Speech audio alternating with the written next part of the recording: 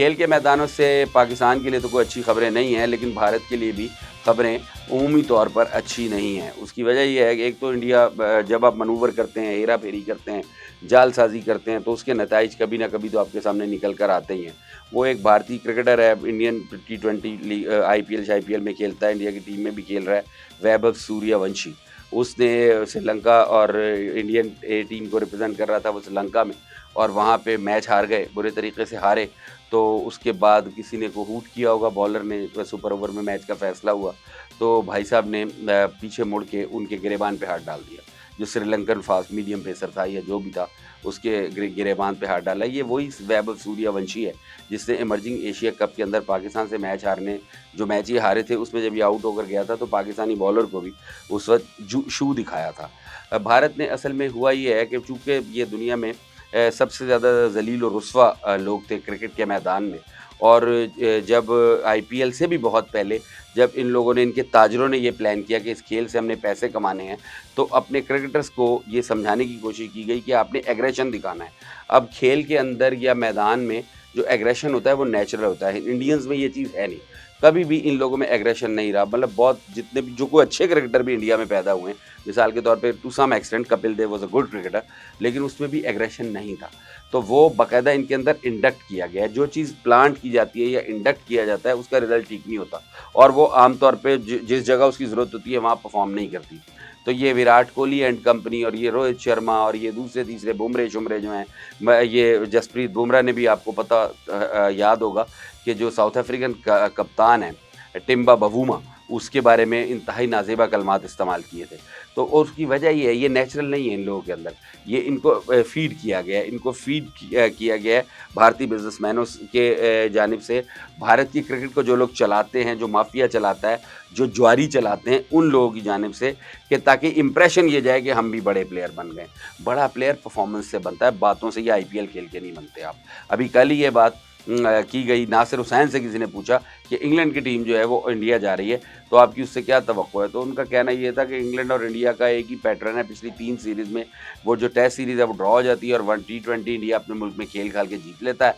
India अपने मुल्क से निकलेगा, बाहर आके खेलेगा, जिस तरह पहले जलील होता था, जलील होगा तो लोगों को पता लग जाएगा कि उनकी क्रिकेट का क्या लेवल है। तो बात यह है कि इस वक्त जो आज इसी इंडिया के अंदर कुछ रीज़नेबल लोग भी हैं, ऐसा नहीं है कि नहीं है। अजीत अगरकर इस वक्त इनकी टीम का चीफ सेलेक्टर वगैरह है, और अगरकर निस्बतन बेहतर आदमी है।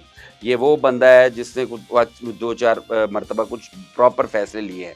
सौरव गंगोली एक बेहतर आदमी है, क्रिकेटर वो इतना अच्छा नहीं था, लेकिन इंसान के तौर पे, एक डिसिप्लिन को मेंटेन रखने वाले बंदे के तौर पे जाना जाता है। वो चेयरमैन, इंडियन क्रिकेट बोर्ड का चेयरमैन भी रहा है। इन दोनों लोगों का कहना ये है कि इस पर बैन लगा देना चाहिए। इनके कहने से कुछ नहीं होगा, ये बैन आईसीसी को लगाना पड़ेगा। उसकी वजह ये है कि मैन हैंडलिंग आज तक क्रिकेट में नहीं हुई। क्रिकेट में 2 मरतबा ऐसे वाक़यात हुए, 3 मरतबा। एक मरतबा जावेद मियांदाद को बाकायदा, जिसको कहते हैं, किक किया था पर्थ के अंदर डेनिस लिली ने, जिसके जवाब में मियांदाद ने उनको अपना बल्ला दिखाया था, लेकिन बल्ला मारा नहीं था। अलबत्ता डेनिस लिली ने मियांदाद को किक ज़रूर किया था। उस पे उस ज़माने में जब आईसीसी के कोई इतने रूल्स भी सख्त नहीं थे, लिली को वार्निंग हुई थी और शायद जुर्माना भी हुआ था मैच फ़ीस का। उसके बाद पाकिस्तान और अफ़गानिस्तान के एक मैच के दौरान फ़रीद ने, जो स्लो मीडियम पेसर है अफ़गानिस्तान का जो था, उसने आसिफ अली को आउट करने के बाद को बात की थी, तो गाली बकी थी शायद, तो आसिफ ने पलट के उसको बल्ला दिखाया था, लेकिन बल्ला मारा नहीं था। इस बंदे ने बाकायदा श्रीलंकन क्रिकेटर के गिरेबान में हाथ डाला है। अब ये एक नया ट्रेंड दे देगा अगर आप इस पर एक्शन नहीं लेंगे। अब आईसीसी के ऊपर तो इंडिया का कब्जा है, ये एक्शन अगर पाकिस्तान, इंग्लैंड, ऑस्ट्रेलिया, ये लोग प्रेशर डाल के अगर ये एक्शन नहीं करवाएंगे, तो होगा ये कि क्रिकेट में मैन हैंडलिंग होने लग पड़ेगी, और मैन हैंडलिंग अगर होगी तो सबसे ज़्यादा मार इंडिया को पड़ेगी। उसकी वजह ये दुनिया की सबसे कमज़ोर टीम है, जिस्मानी तौर पे सबसे कमज़ोर लोग इनके हैं, टांगों में इनके जान नहीं होती, भागा इनसे जाता नहीं है, किसी तगड़े बाकी मुल्कों के किसी एक प्लेयर का एक थप्पड़ नहीं इनसे संभाला जाएगा।